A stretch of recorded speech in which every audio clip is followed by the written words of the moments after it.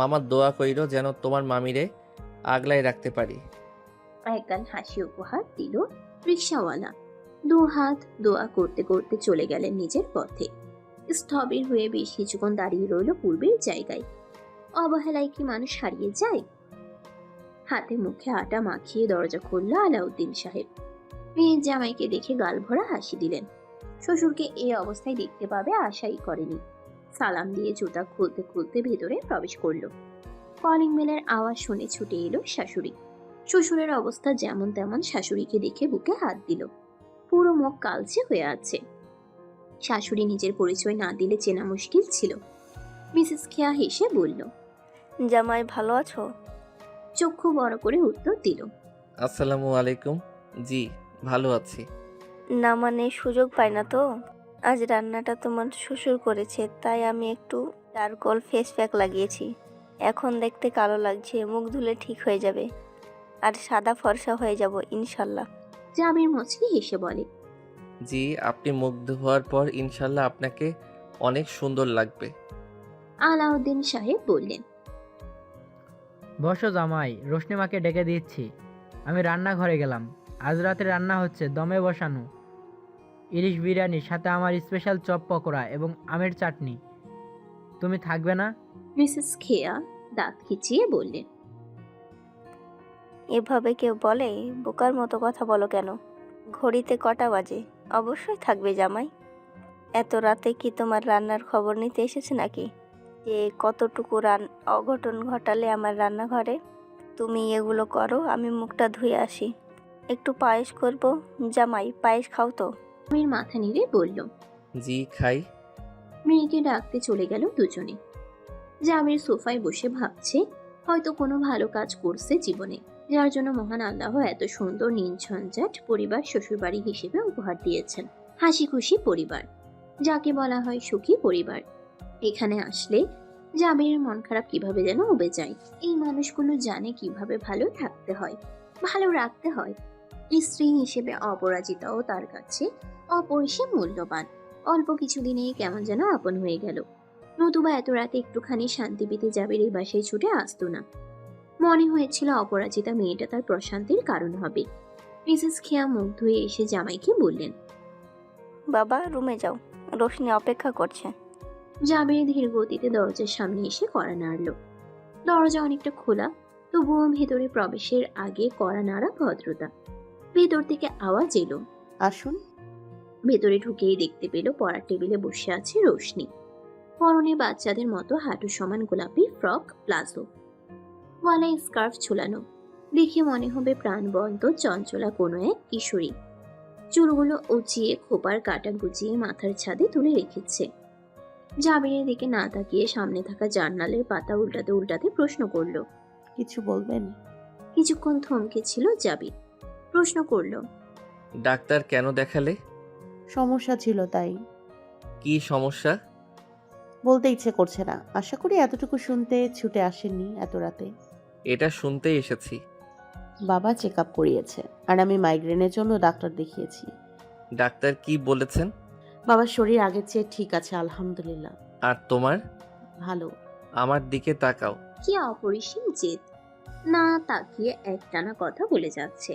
সামনে কেউ বসে তাকে প্রশ্ন করছে, সে যেন ভ্রুক্ষেপহীন। চোখাচোখি করতেই নারাজ। জাবির দম ফেলে বলল, ঘর পোড়া গরু সিঁদুরে মেঘ দেখলে ডরায়। রোশনি মাথা তুলল এমন প্রবাদ শুনে। অবাক পানে চাইল জাবিরের দিকে। জাবির প্রশ্ন করল, বসতে পারি? বসুন। চেয়ার টেনে জাবির নিঃশব্দে বসলো। জাবির মাথা নামিয়ে কিছু একটা ভেবে খানিকভাবে মাথা তুলে সরাসরি রোশনির চোখে চেয়ে বলল, তোমাকে রোশনি না ডেকে অপরাজিতা কেন ডাকি জানো? এত বছর পর কেউ আমার শুকনো মাটিতে প্রথম ফুল হয়ে বাধাহীন বেড়ে উঠছে, তাকে অন্য নামে ডাকি কি করে? আমার কাছে ভালোবাসাটা টেকে না। হঠাৎ এসে যদি হঠাৎ চলে যায়, তাই গা ভাসাতে চাইনি অপরাজিতার লাগামহীন ভালোবাসায়। আমি ব্যর্থ। যতই পালিয়ে বেড়ানোর চেষ্টা করেছি, ঘুরে ফিরে ভাগ্য এক জায়গায় থামিয়েছে। স্বস্তি আমি অপরাজিতার মাঝেই পেয়েছি, তাই ছুটে এলাম। ফিরিয়ে দিলে চলে যাব, কারণ এতেই আমি অভ্যস্ত। শুকনো মাটিতেই প্রতিকূলতার তোয়াক্কা না করে যখন নিঃস্বার্থভাবে বেড়ে উঠল অপরাজিতা। সময় মতো পানি দিয়েছেন, তার সার দিয়েছেন, এত অবহেলা কেন? রত্ন পেলে যত্ন করতে হয়, অবজ্ঞা নয়। হাতে থাকা কাগজের ব্যাগটা এগিয়ে দিল। রোশনি বুঝতে পারল হয়তো মানাতে উপহার এনেছে। অভিমানী গলায় বলল, টেবিলে রাখুন, পরে দেখব।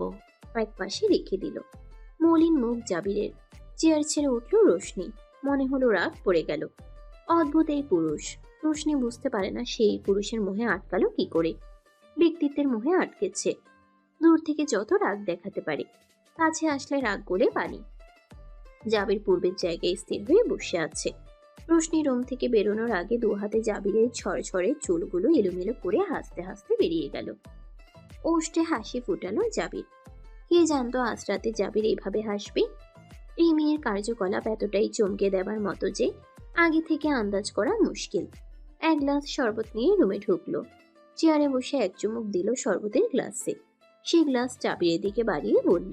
খেয়ে নিন। জাবিরে তাকিয়ে থাকা দেখে বলল, এতে ভালোবাসা বাড়ে মিস্টার আশরাফ। আপনি এসব বুঝবেন না। ভালোবাসা শেখানোর দায়িত্ব আমার। আপনি শুধু গাছে পানি ঢেলে যাবেন। সময় মতো আমার সাথে সার, পটাশিয়াম, কোকোপিট এবং কম্পোস্ট দেবেন। দেখবেন আপনার অপরাজিতা একদিন আশরাফের মনের আকাশ ছুঁয়েছে। আর আর কি? কিছুই না। থাকবেন নাকি ফিরে যাবেন? রাখলে থাকবো, ফিরিয়ে দিলে চলে যাব। আপনার আপনার বস্ত্রাদি নেই। বাবার লুঙ্গি আর টি শার্ট পরতে হবে কিন্তু। এসব পড়তে পারি না, কে বলল? আমি যদি ন্যাচারাল ভেঞ্চার লিমিটেডের ডিজিএমকে লুঙ্গি পরতে দিই, তিনি কি এই ব্যাপার মেনে নেবেন? জাবিরের ঠোঁটের কোণে হাসি। দাঁড়িয়ে পকেট থেকে নতুন প্রমিশন লেটারটা বের করে রোশনির ডান হাতে তুলে দিয়ে বলল, শুনেছি বিয়ে করলে রিজিকের ব্যবস্থা আল্লাহই করে দেন। আজ তার প্রমাণ পেলাম। এই প্রমোশনটা আটকে ছিল বেশ কিছু বছর যাবৎ। কিভাবে যেন ভাগ্য খুলে দিলেন মহান রব। হ্যাঁ, অনেকের হাতেই তুলে দিতে পারতাম এই লেটার। কেন যেন মনে হলো এই লেটার পাওয়ার যোগ্যতা আমার মনের মানুষের, যে আমার জন্য মোনাজাতে দোয়া করেছে। তড়াক করে চাইল রোশনি। গলা ভারী হলো। দুরন্ত রোশনির মুখ বন্ধ। জাবির প্রশ্ন করেনি। রোশনি কি করে জানলো জাবিরের প্রমোশনের ব্যাপারে? অফিস সংক্রান্ত অনেক খবরই রোশনির কানে আসে, কারণটা জিহাদ। বাড়িতে এই খবর দুজন মানুষকে দিয়েছে, বাবা এবং জিহাদ। কারণও ছিল, আগামী মাস থেকে নতুন জব, তার টিউশনি ছেড়ে দিয়েছে। টিউশনির পুরো টাকাটা যখন বড় ভাইয়ের হাতে তুলে দিল, ভাইকে জড়িয়ে ধরে খবরটা দিয়েছিল। ভাইয়ের অনুরোধে টাকাটা বাবাকে দিয়েছিল। সেই সুবাদে বাবাও জানে জিহাদ হয়তো এই খবর দিয়েছে। খুব করে মন চাইল দু হাতে রোশনিকে জড়িয়ে ধরতে। ইতস্ততায় আগাতে পারেনি। রোশনি আচমকা চোখের পানি ফেলে বলে, আমাকে জড়িয়ে ধরছেন না কেন? জানেন না, স্বামীদের খুশির সংবাদ শুনলে স্ত্রীরা আবেগে কেঁদে দেয়। তখন তাদের আবেগ সামলাতে স্বামীদের জড়িয়ে ধরতে হয়, আদর দিতে হয়। মুভি সিরিজ দেখেন না নাকি? তাড়াতাড়ি জড়িয়ে ধরুন। আমার কান্নার বেগ বৃদ্ধি পাচ্ছে কিন্তু। দাঁড়িয়ে দাঁড়িয়ে নিস্তব্ধ হয়ে শুনছে চঞ্চলার কথা। নিজের মাঝে এতক্ষণ ইচ্ছে জাগলেও রোশনির বলার পর আড়ষ্টতা বেড়ে গিয়েছে। রোশনি চোখ মুছে নিচ থেকে দু হাতে জড়িয়ে ধরে নাক টেনে বলল, সব আমাকে শেখাতে হবে দেখছি। রঞ্জনা আসলে একটা গঞ্জনা, আবর্জনা ছিল, কিচ্ছু শেখায়নি। জাবির শক্ত হাতে জড়িয়ে ধরতেই রোশনি বুকে মাথা রেখে বলল, আমি যে মোনাজাতে আপনার জন্য দোয়া করলাম, কে বলেছে? মন বলেছে। তাহলে দূরে থাকেন কেন? আর থাকবো না, ছুটি আছে দুদিন, ভাবছি তোমার সাথে কাটাবো। রোশনি লাফিয়ে উঠল খুশিতে। উত্তেজিত হয়ে বলল, কখন? Next week. ভালোই হলো, কাল আমার ক্যাম্পাসে কাজ আছে, ওগুলা সেরে নিই। এরপর আমার বাকি ইচ্ছেগুলো পূরণ করব এবং আপনার থাকলে সেগুলো করব। ইনশাল্লাহ। আসলেই বাবার লুঙ্গি পরবেন? সমস্যা নেই তো, দাও সাথে কালো শার্টটা। রোশনি জিভে কামড় দিল। ধরা পড়ে গিয়েছে। আলাউদ্দিন সাহেবের অফ সাদা লুঙ্গি এনে জাবিরের হাতে দিয়ে বলল, একটা কথা বলি, বাবা চপ না পাকোড়া, বাবা চপ না পাকোড়া কি যেন বানাচ্ছে, ভালো লাগে। ভালো না লাগলে জোর করে খাবেন না প্লিজ। দেখিয়ে দেখিয়ে মুখে দেবেন। আমি টেবিলের নিচে একটা বাস্কেট রাখবো, ওটাতে ফেলে দেবেন। জাবির মাথা কাত করে সাই জানালো। রোশনি বেরিয়ে গেল। ফ্রেশ হয়ে ড্রয়িং রুমে এসে বসলো।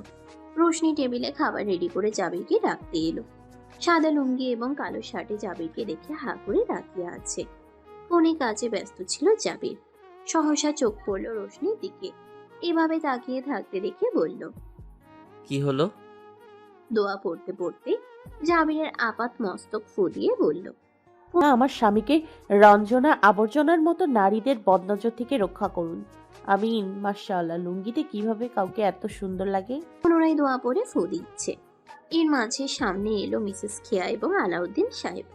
মেয়ের অবস্থা দেখে প্রশ্ন করল। কি হয়েছে মা?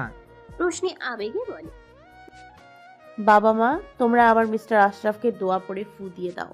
দেখো আমার স্বামীকে কত সুন্দর লাগছে বাবা তোমার লুঙ্গিতে। মা, আজ না পাশের বাসার সোনিয়া আন্টিকে ছবি দেখালে, উনি তো বলল সুন্দর। মাশাআল্লাহ। মাশাআল্লাহ পড়ে নাই, ভেবেছিলাম আন্টিকে মনে করিয়ে দিব, কিন্তু পরে ভুলে গিয়েছি। দোয়া পড়ে ফু দাও। কি জানি বদনজর লাগিয়ে দিয়েছে কিনা। মিসেস খেয়া দোয়া পড়া শুরু করে দিয়েছে। এর মাঝে আলাউদ্দিন সাহেবও পড়ছে। জাবিরের লাজবাব হয়ে গেল। প্রকৃতপক্ষে তাই ঘটল যা রোশনি বলল। শ্বশুর শাশুড়ি দুজনেই জাবিরের আপাত মস্তক ফু দেওয়া শুরু করেছে। শাশুড়ি তো পানিতে ফু দিয়ে সেই পানি খাওয়ানোর ব্যবস্থা করে ফেলেছে। জাবির ভাষা হারিয়ে ঠাই দাঁড়িয়ে আছে মূর্তির মতো। এতটা অপ্রস্তুত পরিস্থিতিতে এর আগে পড়েনি। কি করতে হয় এমন পরিস্থিতিতে? তাদের অস্থিরতা দেখে জাবির মুখ খুলল। মা, আমি ঠিক আছি, এবার থামুন। কি করছেন? মেয়ের জামাইয়ের মুখে এই প্রথম মা শুনে খুশিতে গদগদ হয়ে বলল, আচ্ছা বাবা, পানি টেবিলে রেখে গেলাম। রাতের খাবার খেয়ে এরপর পান করবে। শ্বশুর গাল ফুলিয়ে বলল, বাবা বলো এবার জামাই। মাকে ডেকে খুশি করলে তো হবে না, বাবাকেও করতে হবে। স্পেশাল পকোড়া বানিয়েছি না? নির্লিপ্ত চাহনি জাবিরের। রোশনি বাবার দিকে তাকিয়ে বলল, বললাম নজর কাটতে দোয়া পড়ে দিতে, আর দুজন কি সুন্দর নাটকের সংলাপ পাঠ করছো। উফ, বাবা মা কি শুরু করলে। জাবিরের ঠোঁটের কোণে হাসি। শ্বশুরকে ধরে বললেন, চলুন বাবা, আপনাকে রান্নার কাজে হেল্প করি। যাওয়ার সময় রোশনিকে বলল, শুরুটা তো তুমি করলে, আমাকে নিয়ে যে এমন করো, দুদিন পর লোক হাসাবে। তোমার কাছে সুন্দর হলে যে সবার কাছে সুন্দর হব তা তো নয়।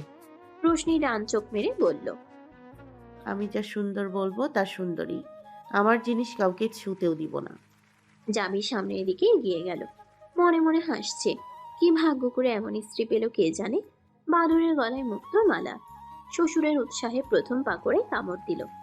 পরিবারের সবাই তাকিয়ে আছে জাবিরের মুখের দিকে।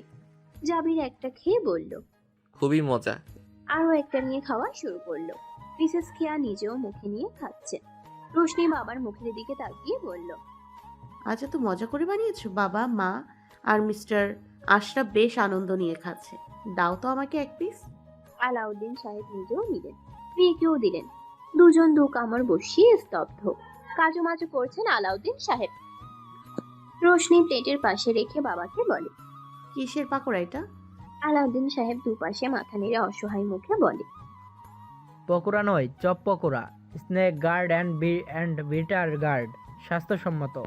রোশনি চোখ দুটো ক্ষীণ করে পুনরায় বলল, বাবা আমি বাংলা জানি, ইংরেজিতে বললেই নিজেকে দক্ষ শেফ প্রমাণ করা যাবে। কোথায় লেখা আছে? এতে কি পাকোড়ার টেস্ট চেঞ্জ হয়? আলাউদ্দিন সাহেব অপরাধী স্বরে বললেন, স্মার্ট বাংলাদেশের স্মার্ট নাগরিক হচ্ছি। দেখো না, শেফরা কথায় কথায় ইংরেজি ঝাড়ে। উফ বাবা, এখন যদি তোমার স্ত্রী আর আমার স্বামীর পেট খারাপ হয়, দায়ভার তুমি নেবে? জাবির রোশনিকে বাধা দিয়ে বলল, খেতে খারাপ না, আমি চিচিঙ্গা এবং তিতা করলা দুটোই পছন্দ করি। আলাউদ্দিন সাহেব উল্লাসে বললেন, জামাই রেসিপিটা বলি শোনো। প্রথমে তিতা করলা এবং চিচিঙ্গা স্লাইস করে কেটে 1 ঘন্টা লবণ পানিতে ভিজিয়ে রাখবে। অন্য চুলায় আলু সেদ্ধ দিবে। এরপর ভিজিয়ে রাখা তিতা করলা এবং চিচিঙ্গা ধুয়ে ফেলবে। বেশি চটকে ধুবে না, এতে তিতা বেড়ে যাবে। একটা বেটার বানাবে, ময়দা, বেসন, লবণ, গুঁড়ো মরিচ এবং ডিম দিয়ে ভালোমতো মিক্স করে একপাশে রেস্টে রাখবে। চুলা থেকে আলু নামিয়ে খোসা ছাড়িয়ে ভালো করে চটকে ডিম চপের ডিমের মতো চিচিঙ্গা এবং তিতা করলার স্লাইসটা মাঝে দিয়ে ব্যাটারে মাখিয়ে ডুবে তেলে ভেজাবে। এটি খুবই স্বাস্থ্যসম্মত। জাবির হা করে তাকিয়ে আছে শ্বশুরের দিকে। রোশনি মাথায় হাত রেখে বলল, বাবা তুমি কি চাও আমিও বিভোরের মতো পেট খারাপের রোগী হই? তুমি শিখিয়ে দিলে কি উনিও বাড়ি গিয়ে তা বানিয়ে খাওয়াবে এমন কিছু? তোমার এসব খাবার খেয়ে বিভব প্রায় শয্যাশয়ী হয়। মাসের মধ্যে 15 দিন ওর পেট খারাপ থাকে। এই যে মিস্টার আশরাফ, অনেক খেয়েছেন, রাখুন এটা। মা রাখো। স্বামীকে বাধা দাওনি কেন রান্নাঘরে যখন এসব বানাচ্ছে? মিসেস কিয়া দীর্ঘশ্বাস ফেলে বলল, সে কি আর শুনবে? খাবার নষ্ট হবে। আর খেতে এতটাও খারাপ না। তুই তিতা করলা খাস না, তাই এমন লাগছে। সরাও এই প্লেট। স্বামীর প্রতি আর স্বামীর প্রীতি আর দেখাতে হবে না। পেট খারাপ হবে, তখন রাতে কি হাসপাতালে ছোটাছুটি করবো সবাই মিলে? আলাউদ্দিন সাহেব স্ত্রীর দিকে অসহায় চোখে তাকালেন। মিসেস কিয়া স্বামীর পক্ষ নিয়ে ভ্রুকুচকে মেয়েকে বললেন, এটাই স্বামী আমার, এভাবে বলবে না। না হয় বানিয়েছে তিতা করলা দিয়ে, আর কি, আমি খাবো। দাও দাও, আরো আশকারা দাও। এরপর দেখবে ভাতের পাকোড়া, আম জাম কাঁঠাল লতা পাতা ঘাস সবকিছুর পাকোড়া বানাবে। আলাউদ্দিন সাহেব মেয়ের দিকে তাকিয়ে বললেন। আর বানাবে না? জাবির রোশনিকে ধমকে বলল, থামো, কি শুরু করলে? বাবা, আপনি পাকোড়া বানাবেন? এটি একটি শিল্প, সবাই পারে না। পরের বার আমাকে জানাবেন, আমি এসে আপনাকে হেল্প করব। আলাউদ্দিন সাহেব উজ্জ্বল চোখ নিয়ে হাসছে জামাইয়ের দিকে তাকিয়ে। জামাইটা বেশ, তাকে উৎসাহ দিচ্ছে, কি সুন্দর। মেয়েটা হয়েছে পুরাই দাদির মতো। সারাক্ষণ তাকে ধমকের উপর রাখেন রোকসানা খানম। রোশনি অনেক চোখ হেসে বলল, তাহলে তো হলোই। আপনারা 3 জন পাকোড়া বানাবেন আর আমি নেচে নেচে গাইবো, বাবার তোমার দরবারে সব পাগলের মেলা। আলাউদ্দিন সাহেব অট্ট হাসি দিলেন, সেই সাথে খেয়াও হাসছে। জামাই নিজেকে আর সামলাতে পারল না। রোশনি গাল ফুলিয়ে বলল, এখন কি আমাদের ইলিশ বিরিয়ানি খাওয়াবেন বাবা সাহেব, নাকি ওটাতেও চিচিঙ্গা তিতা করলার ফ্লেভার দিয়েছেন? আলাউদ্দিন সাহেব হেসে বললেন। না না, খেয়ে তো দেখো কন্যাময়ী। প্লেটে বেড়ে দিতেই সবাই মুখে দিল। জামির খেয়েই বলল, এটা অসাধারণ হয়েছে বাবা। এবার রোশনিও বলল, এটা খুব ভালো। এমন সুস্থ মানুষের জন্য রান্না করবে বাবা। অসুস্থ মানুষের খাবার আমরা চাই না প্লিজ। ময়লা ছুরি নিয়ে নিচে গিয়েছে, আধ ঘন্টা হলো, এখনো আসার নাম নেই। মিসেস খিয়া মেয়ে এবং জামাইয়ের মুখের দিকে তাকিয়ে বলল, দেখলি, বললাম ময়লাগুলো ফেলে দিয়ে আসতে। আর কোথায় গল্পের আসর জমিয়েছে কি জানি, ফোনটাও নেয়নি। জাবির দাঁড়িয়ে বলল। আমি দেখে আসছি। রোশনি পিছু নিয়ে বলল। আমিও যাব। নিচে এসে বাবাকে দেখে দুজন চমকে উঠল। কেয়ারটেকারের বেঞ্চিতে বসে দুটো বিড়ালকে দুধ পাউরুটি ভিজিয়ে খাওয়াচ্ছে, আর পাশে দাঁড়িয়ে আছে বাড়ির কেয়ারটেকার দুজন। রোশনি গুটি পায়ে সামনে এগিয়ে গিয়ে বলল, বেড়ালকে দুধে ভিজিয়ে খাওয়ানোর কি প্রয়োজন বাবা, ও নিজেই খেয়ে নেবে। আলাউদ্দিন সাহেব মেয়ের দিকে না তাকিয়ে উত্তর দিলেন, তুমি বুঝবে না কন্যাময়ী, দুধটুকু সামনে দিলে গপাগপ খেয়ে নেবে। পাউরুটি তো পেটে গেল না, তাই ভিজিয়ে খাওয়াচ্ছি। টুটুল দুধটুকু এনে দিল, লাবলু তা গরম করে দিল। কতদিন অনাহারে পড়ে আছে বেড়ালগুলো, মুখ দেখলেই বোঝা যায়। জানো, ওরা পকোড়াগুলোও খেলো। রোশনি খেপে বলল, এবার ওদের পেট খারাপ হবে। আরে হবে না, ভেতরের করলার স্লাইসটা বের করে উপরের কোটিংটা দিয়েছি। রোশনি অবাক হয়ে বলল, কি পরিমাণ অযাচিত ভাবো বাবা আমাদের তুমি। উফ, আর পারছি না। বেড়ালকে অবধি খাওয়ালে না, অথচ মিস্টার আশরাফ দুটো খেলো। আলাউদ্দিন সাহেব মেয়ের জামাইয়ের মুখের দিকে তাকিয়ে আহত স্বরে বললেন, জামাই বাবা, আমি দুঃখিত, এত জঘন্য পকোড়া বানাই তা তো জানতাম না আমরা। এরপর দুজন একসাথে। রোশনি বলে উঠল, থাক, অনেক হয়েছে, আর লাগবে না একসাথে। বাসায় চলো। জাবের বাবা মেয়ের কথোপকথন শুনে মজা পাচ্ছে। কি সুন্দর বন্ধুর মতো আচরণ।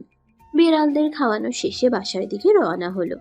লিফটেও বাবাকে বকা দিচ্ছে, ফোন না নিয়ে বের হওয়ার জন্য, মায়ের দুশ্চিন্তার জন্য। রোশনি ভেবেছে বাসে এলে মিসেস খিয়া স্বামীকে বকা দিবে, কিন্তু সকলকে অবাক করে দিয়ে তিনি স্বামীর দিকে তাকিয়ে বললেন, চলো, মেডিসিন নেবে। এতক্ষণ আমি দুশ্চিন্তায় ছিলাম, ফোনটাও নেওনি। আলাউদ্দিন সাহেব টি শার্টের কলার উঁচিয়ে মেয়েকে বুঝালেন। বউটা আমার। রোশনি মেকি রাগ করে মাকে বলল। বকা দিলে না কেন বাবাকে? মিসেস খেয়া অনুরোধ গলায় বললেন। থাক, মানুষটা কষ্ট পাবে। করেছে না হয় একটু বাচ্চামো, তুই বকেছিস না তবেই হবে। জাবির অনুভব করলো রোশনির প্রতি প্রেম গুণটি তার মায়ের কাছ থেকে পাওয়া। কি অসম্ভব সুন্দর ভালোবাসা! এমন মায়ের মেয়ে তো প্রণয়িনীই হবে। সে ভেবে পায় না এই মেয়ে তার মাঝে কি পেয়েছে। অথচ তার দৃষ্টিতে অর্ধাঙ্গিনী একজন অতীব রূপবতী রমণী, যে হাসলে সত্যি দুগালে টোল পড়ে, যার কেশ কোটি দেশ অতিক্রম করেছে। জাবিরের সাথে মিলিয়ে একটা কালো ফ্রক পরেছে এখন। চোখ দুটো জন্ম থেকেই সুন্দর শুনেছে, ঘন পাপড়িতে আবৃত। হয়তো পানিগ্রাহের অভাব ছিল না, অথচ এই মেয়ে নাকি জাবিরকে তোষামত করে। বৌভাগ্য এত ভালো হওয়া কি ঠিক? দক্ষিণা বাতাস, কামরা বেশ শীতল, পর্দাগুলো উড়ছে। কলোনির রাস্তা রশ্মিদের পাঁচতলা থেকে দেখা যাচ্ছে। রাস্তায় নিয়ন বাতির নিচে দুটো পালা কুকুর দাঁড়িয়ে আছে। হঠাৎ হঠাৎ ডেকে ওঠে। মাঝে মাঝে কলোনির দু একজন গার্ডকে হুইসেল বাজাতে শোনা যাচ্ছে। চোর ডাকাতের উৎপাত মধ্যবিত্ত সমাজে যেমন রয়েছে, পুঁজিবাদীদের সমাজেও বহাল আছে। দাদি নেই বাড়িতে। রোশনি দাদি রুমে এসে কাঁদছে নিঃশব্দে। তার সাথে অদ্ভুত এক ঘটনা ঘটেছে। মানুষটা তাকে সমরেশ মজুমদারের সাতকাহন উপহার দিয়েছেন। সাতকাহন তার সংগ্রহে আছে, তবে সচরাচর খুব কম স্বামীর পছন্দ দীপাবলি চরিত্র। সেখানে যাবে রোশনিকে প্রতিবাদী চরিত্রে দেখতে ভীষণ ভালোবাসে তা জানিয়েছে। এছাড়া সবচেয়ে চমকপ্রদ যে ব্যাপারটি ঘটেছে তা হলো জাবির আশরাফ তার জীবনের শেষ সম্পদটুকু রোশনির নামে মোহরানা হিসেবে লিখে দিয়েছেন। সেদিনের সেই পেপার, জায়গার মালিকানার দলিল। মানুষটার কাছে কি সে চেয়েছে? মোহরানার অ্যামাউন্টটা তো অনেক কম, তবুও এত বিশ্বাস কেন জন্মালো তার? রোশনির ধারণা কিছুটা ভুল। জাবির তাকে অপরিমেয় পছন্দ করা শুরু করেছে, তবে তা সহজে প্রকাশিত হয় না। না হওয়াই স্বাভাবিক। আত্মকেন্দ্রিক মানুষগুলো সহজে মিশতে পারে না। ব্যতিক্রম জাবিরের মাঝেও হয়নি। দু হাতে চোখ মুছে রোশনি দাদির রুম থেকে বেরিয়ে এলো, দলিলের সাথে চিরকুট। প্রিয় অপরাজিতা, তোমার প্রাপ্য সম্মানটুকু বুঝিয়ে দিলাম। দেয়ার মতো আর কিছুই নেই। ইতি মিস্টার আশরাফ। জাবির খাটের উপর বসে আছে, হাতে ফোন নিয়ে কি যেন টাইপ করছে। এক জগ পানি নিয়ে শয়নকক্ষে প্রবেশ রমণীর। মাথার খোপা ঢিলে হয়ে আছে। আলতো ছুঁয়ে দিলেই ঝরঝরিয়ে নেমে পড়ছে কাঁধ, পিঠ ও কোটি দেশ পেয়ে। জামিরের পাশে এসে দাঁড়িয়ে বলল। কালকে অফিস বন্ধ? না, তবে শুয়ে যাচ্ছেন না কেন? অপেক্ষা করছিলাম। খানিকটা হেসে শলার ঝাড়ু দিয়ে বিছানা ছেড়ে বলল। শুয়ে পড়ুন, এই পোশাকে ঘুমোতে পারবেন তো? একটা প্রশ্ন ছিল। বলুন। আমার কেন মনে হচ্ছে শার্টের স্মেলটা আমার নয়? রোশনি আমতা আমতা করে বলল। হতেই পারে, যেহেতু আমার রুমে ছিল। আমি তো সারাক্ষণ এয়ার ফ্রেশনার পারফিউম দিয়ে রুমে, হয়তো সে স্মেল। জামির চক্ষু ক্ষীণ করে রোশনির দিকে তাকিয়ে আছে। রোশনি নজর আড়াল করতে চাইল। জাবির পুনরায় বলল। এটা মেয়েলি ঘ্রাণ। ষষ্ঠ ইন্দ্রিয় বলছে কেউ গায়ে দিয়েছে। রোশনি দু হাতে মুখ ঢাকলো।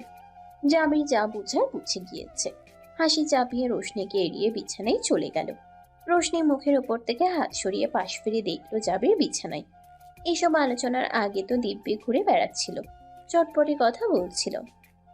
এখন এক বিছানায় শুতেই লজ্জা পাচ্ছে। মানুষটা নির্ঘাত বেহায়া আর নির্লজ্জ ভাবল। রোশনির ধ্যান ভাঙলো ভারী গলার আওয়াজে। দাঁড়িয়ে আকাশ কুসুম না ভেবে শুতে আসো। সকালে না ক্যাম্পাসে যাবে? এই তো লাইট অফ করে আসছি। দরজা আটকে লাইট নিভিয়ে পাশে শুয়ে পড়ল চুপচাপ। জাবিরের চোখের ওপর ডান হাত। কি এত রাজ্যের চিন্তা করে মানুষটা? বেশিরভাগ সময় এভাবে ঘুমায়। রোশনি বলল। ঘুমানোর সময় মাথায় হাত দিতে নেই, একপাশে ফিরে কাত হয়ে শোয়া উচিত। সোজাসুজি শোয়া ঠিক নয়। চোখের উপর থেকে হাত সরিয়ে রোশনির দিকে তাকিয়ে বলল। ভাবছি কি? অনেক বছর শার্ট পরে ঘুমাইনি, অস্বস্তি হচ্ছে। এর মাঝে মেয়েলি ঘ্রাণ নাকে আসছে। ঘ্রাণ এত বিরক্ত লাগলে খুলে ঘুমান, আর আসবে না। মুখ টিপে হাসছে জাবির। হয়তো রাগ করেছে রমণী। হঠাৎ মনে হলো প্রথমবারের মতো তার মনে আদিম ইচ্ছে জেগেছে। রোশনির দিকে তাকিয়ে বলল। সেটা কি উচিত হবে? উচিত অনুচিতের কি আছে? গরম লাগছে, শার্ট খুলে ঘুমাবেন। রুমে আমি ছাড়া কেউ নেই, কেউ আপনাকে দেখতে আসবে না, নিশ্চিন্তে ঘুমান। তুমি দেখলে সমস্যা হবে না? চলে যাব বললে অন্ধকারে কি আপনার দিকে তাকিয়ে থাকবো? তা ঠিক। তোমার গরম লাগছে না? হ্যাঁ লাগছে তো খানিকটা। আজ তাপমাত্রা বেশি সম্ভবত। গরম লাগলে কি? এসি আমার পছন্দ না। গরমে ঠান্ডায় অসুস্থ হয়ে যাব, তাই লাগানো হয় না। দক্ষিণা জানালার রুম বেস্ট। হাত পাখা আছে, বাতাস করবো আপনাকে? না, লাগবে না। তোমার ঘুম হবে নিশ্চিন্তে। ভ্রু কুচকে জাবিরের দিকে তাকিয়ে বলল, কেন হবে না? প্রিয় মানুষকে শার্টলেস দেখলে আমার প্রেমে তো প্রতি মুহূর্তে হাবুডুবু খাও ডাকি। রোশনি উপলব্ধি করার চেষ্টা করছে জাবিরের কথার অর্থ। বুঝতে পেরে জাবিরের দিকে পিঠ দিয়ে লজ্জায় মুখ ঘোরালো রোশনি। উত্তর দিতে পারল না অমন প্রশ্নের। কিছুটা এগিয়ে অর্ধাঙ্গিনের কানের কাছে ঠোঁট এনে স্নিগ্ধ গলায় বলল, দুজনেরই নিশ্চিন্তে ঘুমানো প্রয়োজন, তাই না? অনেক দিন ভালো ঘুম হয় না। তনয়ার থুতনি মিলেছে গলায়। মাথা তোলার ক্ষমতা যে লজ্জারা কেড়ে নিয়েছে। কাঁধে টের পাচ্ছে উষ্ণ পরশ। রুক্ষ হাত ছুঁয়েছে তরুণীর নির্মেদ উধর। মোহ জাগানো বাক্য উচ্চারণ করল, আমি থাকতে গরম লাগার কোনো মানেই হয় না। আমার অপরাজিতার গরমের বিরুদ্ধে বিদ্রোহ ঘোষণা হলো আজ রাতের জন্য। গলা দিয়ে স্বর বের হওয়া বন্ধ। ঘেমে গিয়েছে মিনিট দুয়েকের মাঝি। রোশনির গলা শুকিয়ে কাঠ। যাবি নিজের দিকে ফেরাতেই মুখ লুকালো প্রিয় পুরুষের লোমশ বক্ষে। মনে মনে নিজেকে এক ঝাঁক বুকে বলল, নির্লজ্জ রোশনি, এখন লজ্জা কেন? এটাই তো তুই চেয়েছিলি, মানুষটা তোকে ভালোবেসে কাছে টেনে নি। এভাবে কেউ স্বামীর প্রেমে পড়ে? আকাশ ফর্সা হয়েছে। রাতের আধার সরে দিনের আলো বিকিরিত। সালাত আদায় করে ঘড়িতে অ্যালার্ম সেট করে শুয়েছে। শোয়া থেকে উঠতেই চুলে টান লাগলো রোশনির। পাশ ফিরে দেখে জাবির ঘুমে আচ্ছন্ন। ভেজা চুলে মাথা ব্যথা উঠে যায়। লম্বা চুল সামলাতে হ্যাপা পোহাতে হয়। বালিশ খানিকটা ভেজা। এখনই না উঠলে তৈরি হতে পারবে না। শাড়ি পরতে হবে আজ। লম্বা কেশগুচ্ছ আটকে যাওয়ার উৎস খুঁজতে বেশ অবাক হলো এমন দৃশ্য দেখে। খানিকটা লজ্জা পেয়ে গাল লাল হলো। জামিনের ডান হাতে মোড়ানো চুলের কিছু গুচ্ছ। ধীরে ধীরে চুলগুলো ছাড়িয়ে নিতে চেষ্টা করতেই জামিনের ঘুম ভেঙে গেল। চোখ মেলে রোশনিকে ঝুঁকে থাকা অবস্থায় দেখে প্রশ্ন করল, কি হয়েছে অপরাজিতা, উঠে গেলে যে? তৈরি হতে হবে। কয়টা বাজে? আমারও তো অফিস আছে। 6টা। আপনি আরো 1 ঘন্টা ঘুমোতে পারবেন। আমি তো শাড়ি পরবো তাই। ও, চুলটা যদি... বুঝিনি। জামির মাথা নুইয়ে বলল, না মানে চুল এখনো অনেকটা ভেজা, যদি ছাড়তেন। ভেজা চুলে মাইগ্রেনের পেইন বেড়ে যায়। কিছুটা অপ্রস্তুত হয়ে জাবি তাকিয়ে দেখলো হাতে মোড়ানো রোশনির চুল। ছেড়ে দিয়ে সাথে সাথে বলল, সরি, একদম খেয়াল করিনি। তোমাকে কি ব্যথা দিয়েছি চুলে? ঘুমের ঘুরে একদম বলতে পারবো না। জাবির চুল ছেড়ে দিতেই রোশনি উঠে দাঁড়িয়ে বলল, না ব্যথা লাগেনি, আসলে এর আগে কেউ এভাবে ধরেনি তো তাই। জাবিরের চোখে এখনো ঘুম। ঘুমো ঘুমো চোখে বলল, আমি খুবই দুঃখিত অপরাজিতা, বিশ্বাস করো। নামাজ পড়ে যখন চুল মেলে শুলে সুন্দর লেগেছিল ভেজা খোলা লম্বা চুলে। এরপর হয়তো ঘুমের মাঝে ধরেছি, খেয়াল করিনি। আপনি ঘুমান, বুঝতে পেরেছি। তুলে দিও আমাকে। আচ্ছা। রোশনি রুম থেকে বের হয়ে দু হাতে মুখ ঢাকলো লজ্জায়। হৃৎপিণ্ডের গতি বেড়েছে কেন? নিজেকে শান্ত করে দাদি রুমে চলে গেল তৈরি হতে। অন্যদিকে আরেকজন বিছানায় শুয়ে নীরবে হাসছে আর ভাবছে, বৈবাহিক সম্পর্ক এত সুন্দর কেন? নেই কোনো জটিলতা কুটিলতা। চাইলেই সহধর্মিনীর সঙ্গে দুটো মনের কথা বলা যায়। চাইলেই হাসা যায়, কাঁদা যায়। আবার স্বস্তি পেতে তার মাঝেই নিজেকে বিলিয়ে দেওয়া যায়। উপরওয়ালার রহমত, তিনি যখন দেন তখন ভরিয়ে দেন। অপরাজিতা রোশনি একদিকে ফুলের মতো পবিত্র, অন্যদিকে তার জীবনের আলোক বর্তিকা, যার আলোতে উজ্জ্বল হয়ে উঠেছে তার জীবন আর ছড়িয়ে যাচ্ছে মিষ্টি ফুলের সুভাষ। বিশ্ববিদ্যালয়ে জীবনে পড়াশোনা শেষ বলতে শব্দ নেই। যদি জ্ঞান অর্জন করার পিপাসা থাকে তবে শেষ শব্দের সাথে বিচ্ছেদ ঘটাতে হবে মস্তিষ্ককে। নাস্তার টেবিলে প্রত্যেকে চুপচাপ যার যার নাস্তা সেরে নিচ্ছে। জাবিরের ফোনে বন্ধুরা ক্রমাগত কল দিয়ে যাচ্ছে। এক পর্যায়ে ফোন রিসিভ করে প্রয়োজনীয় আলাপ সেরে নিল। রোশনির শাড়ি পরে পরিপাটি হয়ে সাজলো আজ। জাবির রুমে এসে হাতঘড়ি পরতে পরতে বলল,